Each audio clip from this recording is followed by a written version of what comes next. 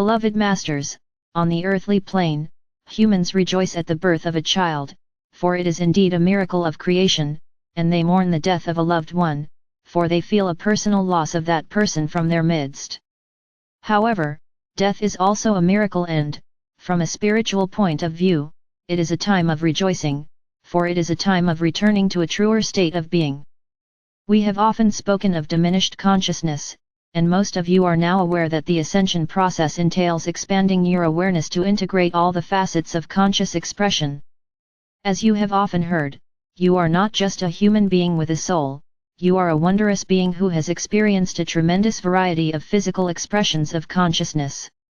In ancient times, when you experienced the material realms in semi-solid or in solid form to varying degrees, while in the higher fourth and lower fifth dimensions, either on Earth or other planets in your solar system or galaxy, you kept the same form for a much longer time than you do now.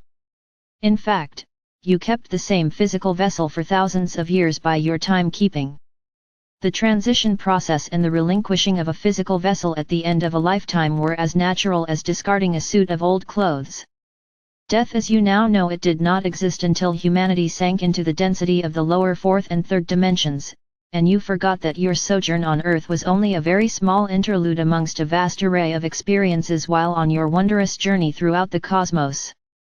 After a special farewell ceremony, the departing soul stepped into a special fountain of transition where the violet flame of transformation blazed brightly. The violet flame is not hot as you may imagine, but cool and soothing. Then he or she was immediately transported to the appropriate higher dimensional environment. Those who were left behind in the physical realm could communicate telepathically with their departed loved ones, and they knew that they would meet again sometime in the future. They also knew that they could interact while in their etheric body with their loved ones during their nightly sojourns, for their nightly travels were as real and memorable as their daytime experiences. Sometime in the future, humanity will cease to fear death and will understand that it is a natural part of the amazing, ever-evolving creative process. There is a natural flow of birth, death, or transition, rest and assimilation, and rebirth in order to experience the wondrous variety of shapes, sizes, forms and realities available to you as a co-creator. In the meantime, you must release many of your old fixed ideas and taboos about death and the hereafter, and know that the life you are now experiencing is only a moment in universal time. One of the most important things for you to understand is that everything you experience begins within. You are a microcosm or a miniature universe within the macrocosm, which contains the totality of the omniversal experience. You have been described as a cell within the heart or mind of the Supreme or Creator, and this is a valid description. Everything in creation contains essence, the love or light energy of creation, or a spark of the divine. Again, we stress, nothing can exist without this life-giving essence. This magnificent spectrum of light was sent forth from the Supreme Creator in a variety of diminished levels of luminance to our Father or Mother God and then out into our universe via the radiance of the great archangels. None of the manifested universes could exist without it and neither could you. You have often read or heard of someone who has had a near-death experience, and how they felt the sensation of being drawn toward the light. Most often, the experience is the same with only a few variations. Usually gravely ill or in a traumatic situation, the person is drawn into the light, and they are infused with a sense of bliss and incredible, overwhelming love. Quite often, they will see a well-known being of light or, sometimes, a loved one who has passed on. They usually have a feeling that they can only go so far toward the light, and they are then drawn back into their physical body once more. At times, the light being speaks with them, but not always. Sometimes, they are given a choice to return to their physical existence or to continue toward the light, and other times, they are told they must return, for their mission is not complete. Just as we explained that the veil is not out there, but within your own brain structure, it is the same with the near-death experience. It all takes place within your own higher dimensional sacred mind, orchestrated by your higher self. A near-death experience is usually a crossroad in life, a decision time and an opportunity to step onto the path of illumination.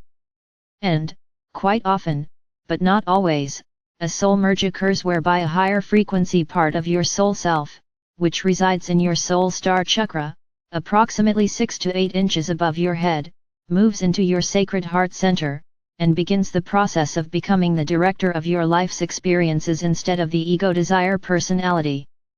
During the near-death experience, there is a chemical reaction that takes place, which facilitates the admittance to a portion of the brain called the sacred mind. This allows access to specific areas which contain some of the light packets of wisdom stored therein. These light packets are composed of higher frequencies of light, and they contain information that the person cannot ordinarily access. This not only feels and looks different to the person's conscious mind, but often gives them access to a portion of their history, and sometimes to their lineage and other important information.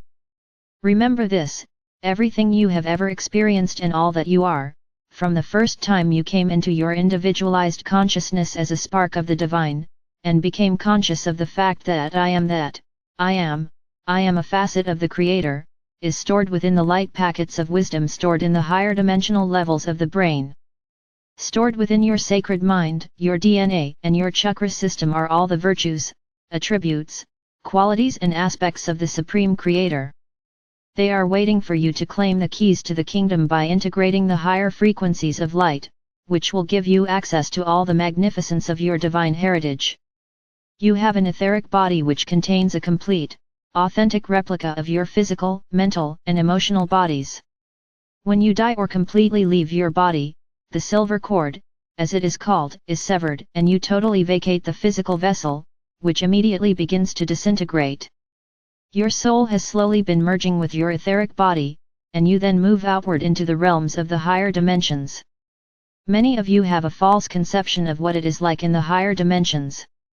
The higher realms are not a nebulous, unsubstantial environment, and they will seem no different to you than your earthly physical surroundings. However, as you will observe over time, there are many differences. When you pass over, you will have form and substance. Yes, your form will be more refined and not as solid as it is in the third or fourth dimensional environment, but you will feel solid and everything around you will have form and order as well. The level you are attuned to or compatible with will determine how consciously aware you are, and the abilities you will have, as well as how your surrounding environment will look. Again, the frequencies you project or resonate to will determine which dimension or subplane dimensional level you will go to, and also what level of cosmic information you will be able to access. Your auric field is like a cloak that surrounds your etheric or astral bodies, and it is either a cloak of light or a shroud of negative, inharmonious energy you have accumulated over your many past lifetime experiences. We have explained this in the past, however, it is important that you have a clear understanding of the transition process, and so we will again give you a brief recap of what occurs after a soul leaves the physical body. Those who are enlightened and self-aware are immediately taken before their guardian council to review their past life, not a judgment, just a review to see what challenges and opportunities were met in a positive manner, with love and compassion, and which tasks were not completed, and therefore, will have to be experienced again. You cannot hide anything from anyone in the higher realms, for your aura tells your complete story, and everyone can see the radiance and lightness of your spirit self, or the lack thereof. Your form will be beautiful and perfect, and you may appear to be any age or in any form you desire. You have many choices to make after you complete the review process. You can go to the universities of learning in various star systems, you can serve in a multitude of capacities, you can enjoy the beauty of creation and practice your co-creation skills, or any variety of other experiences too vast to outline here. Soul advancement is not as rapid in the higher realms as it is in the physical body, for you are aware of the universal laws, and there are immediate results from your thoughts and actions. That is why everyone is so anxious to incarnate on the earthly plane, even though it is fraught with challenges, limitation, and often pain and suffering. Even though it may be difficult to believe, it is a wonderful opportunity and a great privilege to be embodied on planet Earth at this time of great transformation.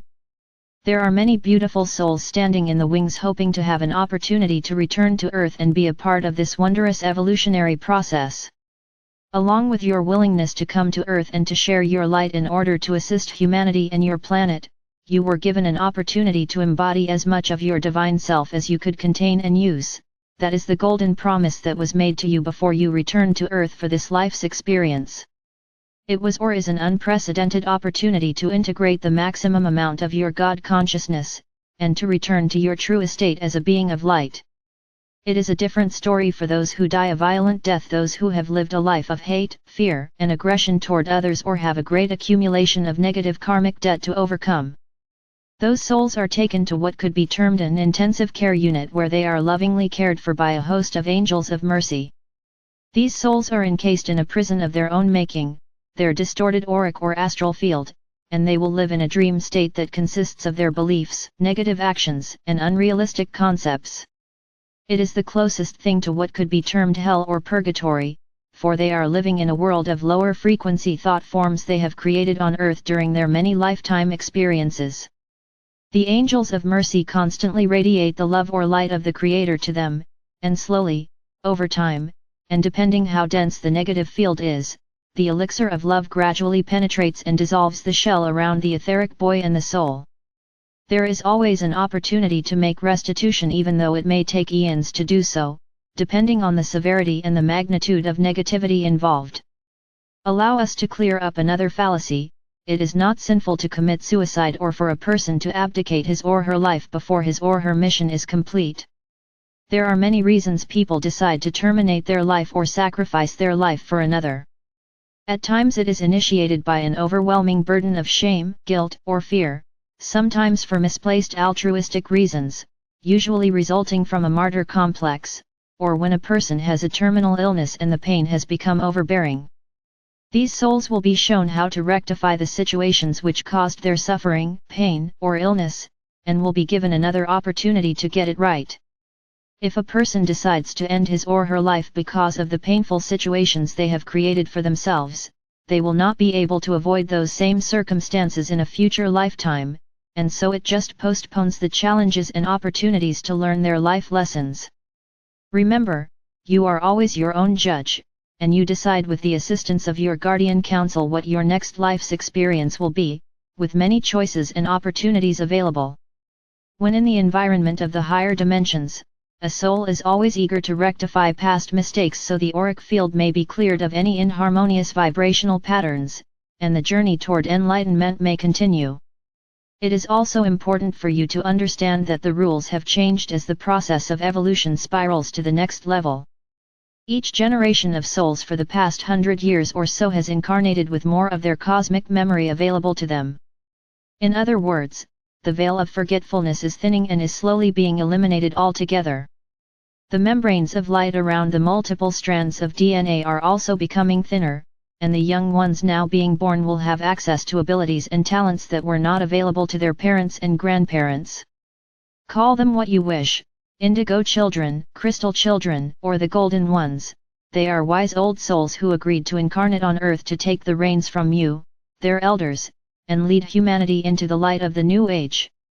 It matters not if people deny the truth in what we are conveying to you, it is the living truth and the universal law nevertheless, and every soul is affected and ruled by the tenets of the divine plane, whether they believe it or not.